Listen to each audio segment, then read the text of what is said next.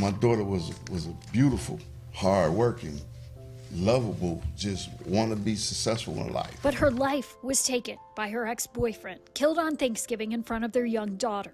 As Raven's ex awaited his sentence, her father told him and the court how little JJ is coping. It's so vivid in her mind. She talk about it with other kids that just come up.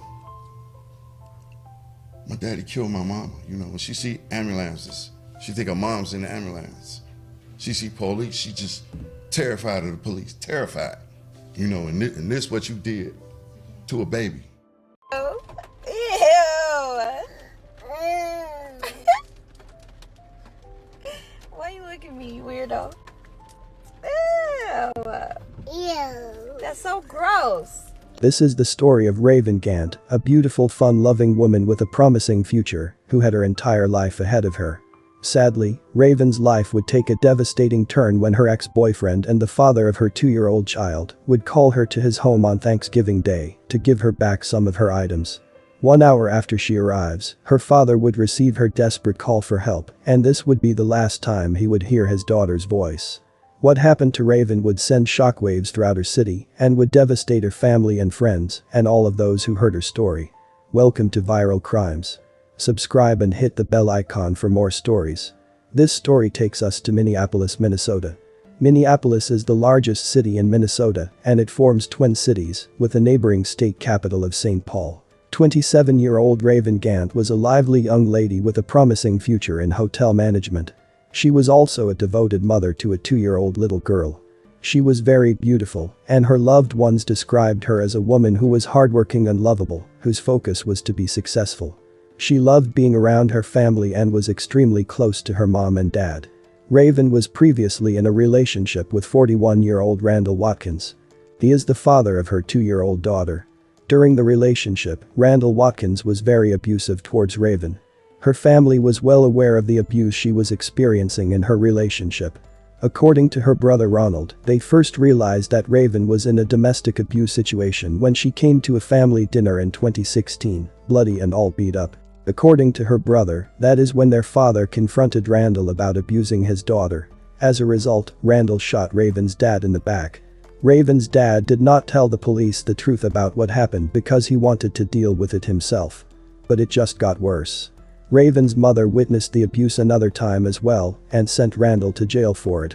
According to Raven's brother, their mother went to Raven's residence and observed that Raven had a black eye, and she called the police on him. Raven's brother is unclear of what happened afterward or if Randall was prosecuted or sentenced, but he reported that his sister did not testify against him. At some point, Raven became fed up with Randall's abuse and decided to end the relationship. She was done with him because she had endured too much, and Randall had no control over Raven any longer. Because Raven had such a close-knit family and she knew how much her parents and brother loved her, she hid a lot from them to prevent them from getting involved. Frustrated by how Randall was treating his sister, Raven's brother wanted to put an end to the abuse his own way, but his sister and his father wouldn't let him. Raven didn't want anything to happen to Randall because he was the father of her child. She said to her brother, "I love you, bro, but if you don't leave it alone, you gonna lose your sister." Raven moved out of the residence she shared with Randall, and she went to stay with her father. Thursday, November 28, 2019 would be a day that Raven's family would never forget. Raven was excited to get together with her family and enjoy Thanksgiving. She posted on Facebook, "Anyone need a turkey? I have an extra one." These would be the last recorded words that anyone would ever receive from Raven.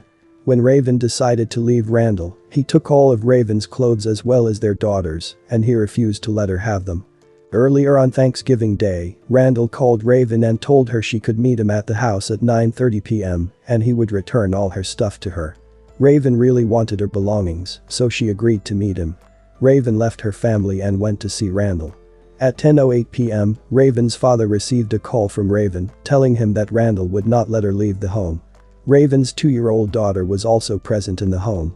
As Raven attempted to leave the home, Randall shot her once in the back in front of their daughter. After the shooting, police officers arrived at Randall's Jordan neighborhood home in North Minneapolis. When they arrived at Randall's residence, he was standing at the door and was arrested by police. When police entered the home, they saw a 2-year-old girl in the dining room and asked her where her mother was. The girl said her mother was on the floor. They discovered Raven lying on her back in the doorway between the kitchen and dining room, and when they spoke with Raven's father, he and other witnesses said that Raven had been attempting to leave the relationship for a period of time and pointed to a history of abuse. Raven's father also said Randall beat her and gave her 2 black eyes.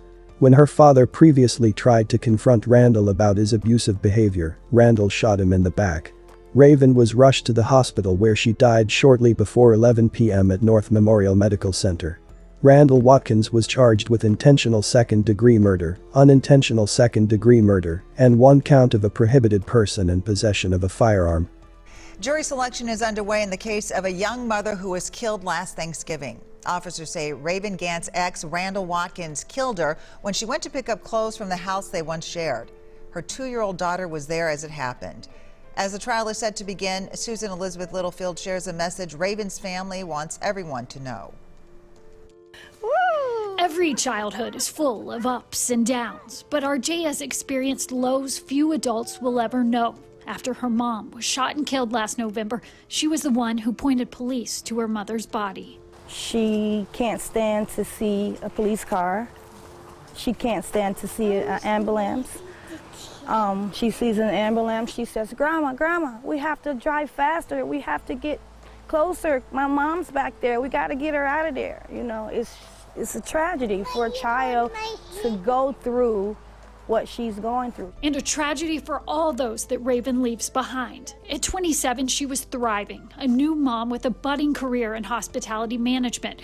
Police say her ex killed her on Thanksgiving Day. Now I'll be spending that day grieving my daughter and at her gravesite wishing that she were here with us. It's a feeling Raven's mom, Lakeisha, wants to protect others from. She's starting Be Their Voice, a foundation in Raven's honor to protect domestic violence survivors and spread this message. As soon as the first slap, the first punch, get away from it, because it won't get better, it'll only get worse. And we don't want to have to bury another mom. Lakeisha is now working to give RJ as stable life as she can. And she's getting ready to take the witness stand in her own daughter's honor. I'm a little bit nervous about it, but I'm anxious because I want to get up there and represent my daughter well and let the world know the type of person that she was. On October 23rd, after 2 weeks in trial, a Hennepin County jury found Randall guilty. A man is going to prison for killing his ex-girlfriend in front of their toddler on Thanksgiving Day. Randall Watkins was convicted last month. Today, a judge sentenced him to the maximum penalty. Raven Gant was 27 years old when she died. She had gone to the house she shared with Watkins to retrieve some clothing when Watkins shot her in front of their 2-year-old, JJ. Susan Elizabeth Littlefield shows us how the case came to an emotional close today. Raven Gant was a young woman on the move, a doting mother with a budding career in hotel management, as her father explained to a judge. My daughter was a beautiful, hard-working, lovable, just want to be successful in life. But her life was taken by her ex-boyfriend, killed on Thanksgiving in front of their young daughter. As Raven's ex awaited his sentence, her father told him and the court how little JJ is coping. It's so vivid in her mind. She talk about it with other kids that just come up. My daddy killed my mama. You know, when she see ambulances, she think her mom's in the ambulance. She see police, she just terrified of the police, terrified. You know, and this what you did to a baby. Then it was Randall Watkins' turn to speak. My deepest compassion for the loss of Raven, because I'm devastated behind it, and not because I'm convicted, but because I truly love Raven. And I truly loved our daughter. I will always love them both. And then the defendant tried to defend himself. It was unintentional. I was attacked. The judge rejected that defense and inflicted the highest penalty, 40 years in prison, saying, though, that the greatest burden would be the one that little JJ has to bear. And she's lost both her parents. Worse, she saw her dad kill her mother. Love you, baby. And with that, Raven's family gathered, finding some gratitude amidst the deepest of pain. We're just thankful for the outcome today, and just wish that none of this had to happen. Susan Elizabeth Littlefield, WCCO 4 News.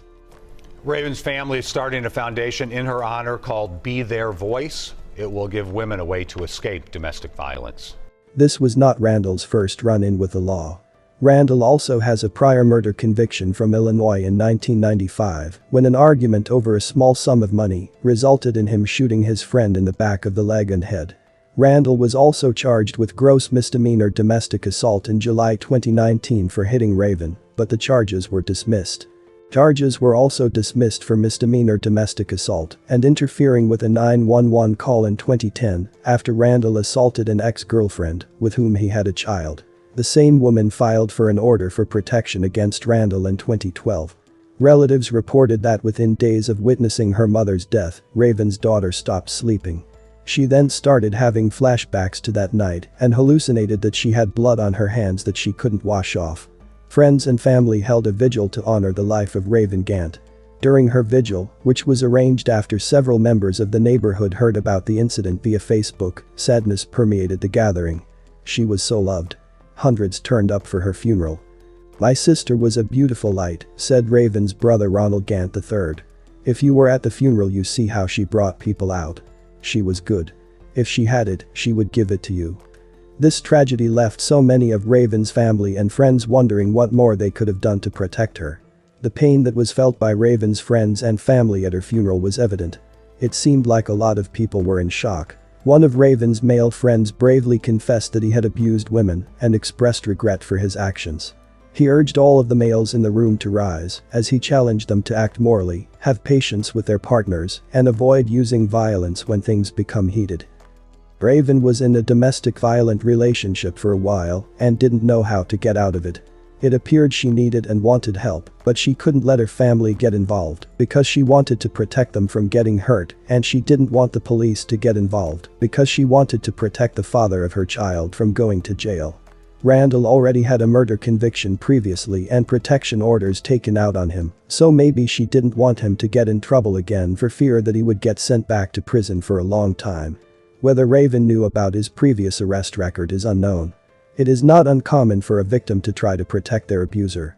Victims of domestic violence need to know that there are a number of resources available to protect and support them. There are also resources to help you recognize the early warning signs of abuse as well. It is very crucial to make sure that these signs are not ignored and will help prevent potential victims from entering into a relationship or having a child with a potentially abusive partner before the situation escalates to violence or even death. What happened to Raven was beyond tragic. She was a wonderful mother, daughter, friend, and sister. She had her entire life ahead of her, and it was stolen from her by a senseless act of violence. Randall Watkins didn't have to take her life, and to do it in front of their 2-year-old daughter was especially cruel. My condolences to her friends and family. Raven's death is not your fault. Randall is the only one responsible for taking her life. May you continue to heal and one day find peace. Thanks for watching, and I will see you in the next video.